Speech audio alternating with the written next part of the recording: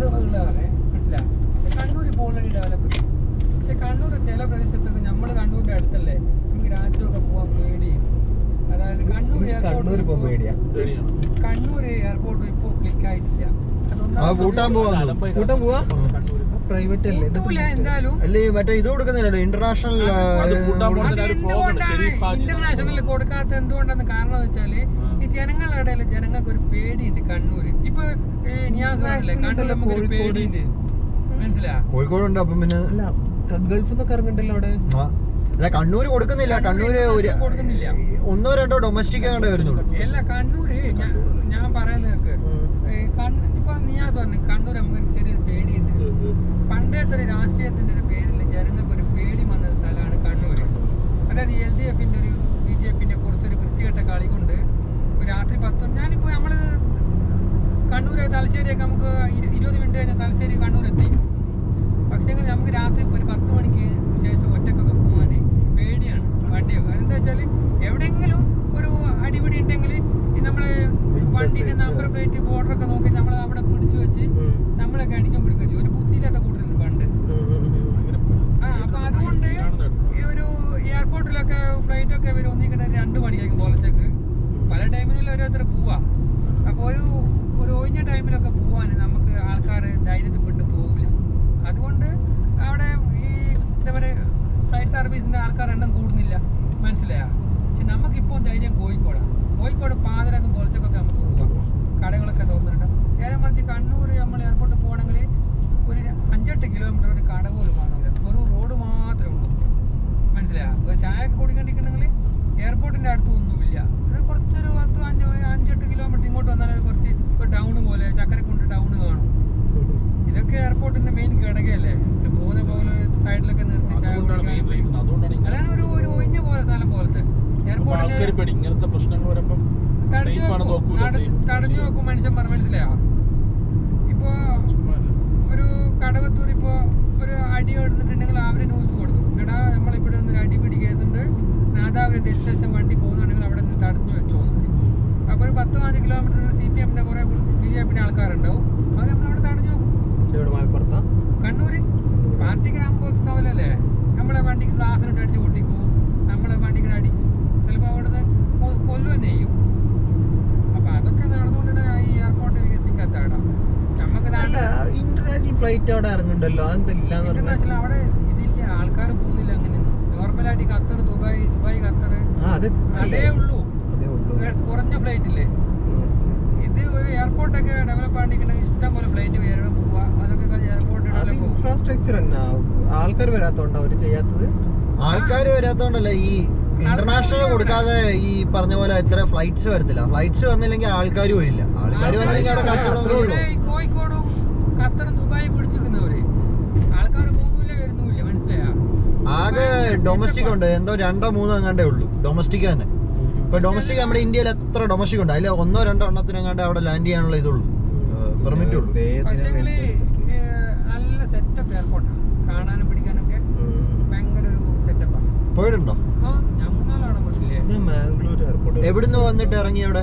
ഞാൻ അവിടുന്ന് പോയല്ലേ, എന്റെ ഫ്രണ്ടിനെ ഡ്രോപ്പ് ചെയ്യാൻ പോയി. എയർപോർട്ടേക്ക് നമുക്ക് ഫ്രണ്ട് എങ്ങോട്ട് പോകാനിരുന്ന? ഫ്രണ്ട് എങ്ങോട്ട് പോകാൻ പോയത്? അവൻ ദുബായ്. ഞാൻ 5-8 തവണ പോയിട്ടുണ്ട് അവിടെ. എന്റെ വീട്ടിനക ഒരു മണിക്കൂർ 45 മിനിറ്റേ ഉള്ളൂ.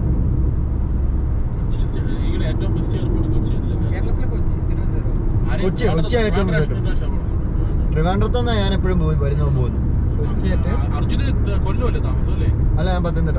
എനിക്ക് രണ്ടിടത്തോട്ടും ഒരേ ഡിസ്റ്റൻസാ. പത്തനംതിട്ടന്ന് നെടുമ്പാശ്ശേരിയിലോട്ടും പത്തനംതിട്ട തിരുവനന്തപുരത്തോട്ടും ഏകദേശം ഒരേ ഡിസ്റ്റൻസാ. 3 മണിക്കൂർ. അല്ല, ഞാൻ കഴിഞ്ഞ വട്ടം നാട്ടിൽ പോയപ്പോ ഇറങ്ങിയ നെടുമ്പാശ്ശേരി ഭയങ്കര ഹൈഫൈ സെറ്റപ്പാ. തിരുവനന്തപുരം പഴയ എയർപോർട്ടാ, പഴയ തിരുവനന്തപുരം. പണ്ട് നെടുമ്പാശ്ശേരി ഇപ്പൊ പുതിയതായിട്ട് ഉണ്ടാക്കിയല്ലേ. തിരുവനന്തപുരം പണ്ട് തൊട്ടുള്ള എയർപോർട്ടാ, അപ്പൊ പഴയതാ. ഇന്റർനാഷണൽ അല്ലടാ, പോകാനും വരാനും പറ്റത്തുള്ളൂ. ഞാൻ ആദ്യമായിട്ട് കാനഡ വന്നത് തിരുവനന്തപുരത്ത് നിന്ന് കയറിയാ വന്നേ, ഇതില് എമിറേറ്റ്സില്. പിന്നെ അതുപോലെ ഈ രണ്ടാമത് നാട്ടിൽ പോയി ചെന്ന് ഇറങ്ങിയപ്പോൾ നെടുമ്പാശ്ശേരി ചെന്ന് ഇറങ്ങി. അത് കഴിഞ്ഞ് തിരിച്ചു കയറി വന്നതും തിരുവനന്തപുരത്ത് കയറി വന്നത്.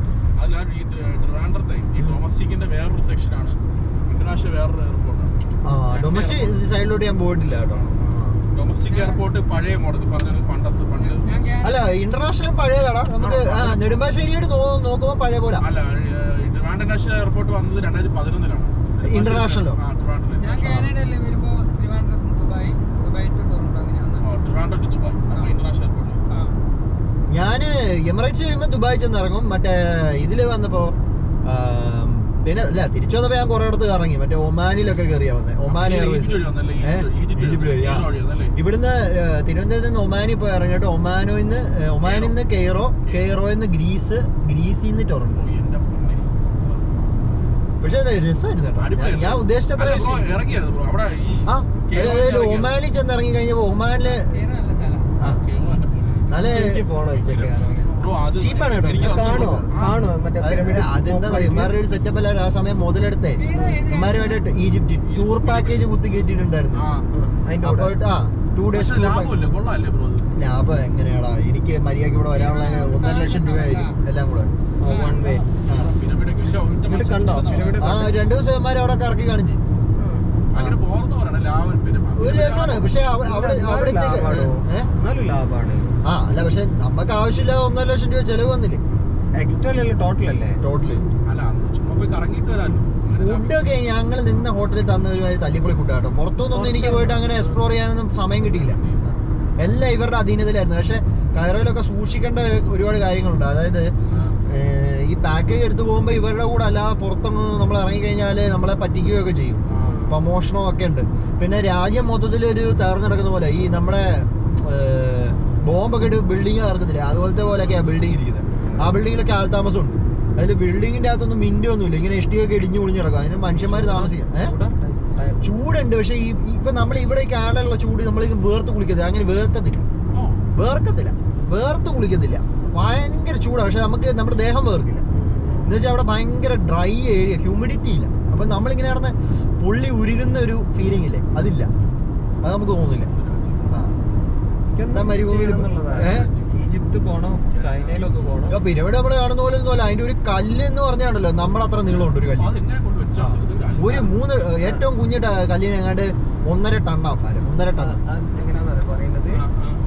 മനുഷ്യന്മാരായിട്ട് അങ്ങനെ വലിച്ചു കയറ്റാന്നുള്ള പോസിബിൾ അല്ലല്ലോ. അപ്പൊ ഈ ചുണ്ണാമ്പറ്റ അങ്ങനെ വെച്ചിട്ട് അതിന്റെ ഒരു മിശ്രിതം വെച്ച് സെറ്റ് ചെയ്യല അങ്ങനെയൊക്കെയാണ് പറയുന്നത്. അല്ല അതിന്റെ ഇടയിൽ ഒരു മിശ്രിതവും ഇല്ല.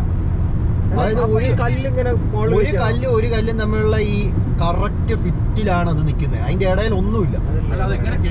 അവന്മാര് കല്ലാണോ അല്ലെങ്കിൽ വേറെ കല്ല്, വേറും കല്ലെന്ന് പറഞ്ഞാൽ 1.5 ടൺ ഭാരമുള്ള വലിയ കല്ലുകൾ. അവിടെ ഈജിപ്തിൽ കിട്ടില്ല. ഈജിപ്തിൽ നിന്ന് നൈൽ നദിയുടെ അപ്പുറത്ത് വേറൊരു സ്ഥലമുണ്ട്. അവിടുന്നാണ് ആ കല്ല് കൊണ്ടുവരുന്നത്. ഈജിപ്തിൽ അങ്ങനെ കല്ലില്ല. അപ്പൊ അവിടുന്ന് എങ്ങനെ കൊണ്ടുവന്ന് അറിയില്ല. ബോട്ടിലായിരിക്കണം. മനുഷ്യന്മാർക്ക് ചെയ്യാൻ പറ്റുന്ന കാര്യമല്ല അത്. എന്തായാലും നമ്മള് ചിന്തിക്കുന്നതായിരിക്കും ചില. ഇപ്പൊ നമ്മളിപ്പോ ഇരുന്ന് ഈ ഒരു ടെക്നോളജിയിൽ ഇരുന്ന് ചിന്തിക്കുമ്പോ ഇത് പറ്റില്ല എന്ന് പറയായിരിക്കും.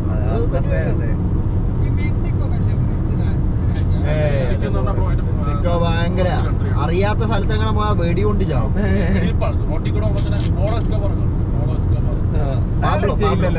Pablo Escobar. അല്ല അയാളിപ്പോ ജയിലല്ലേ?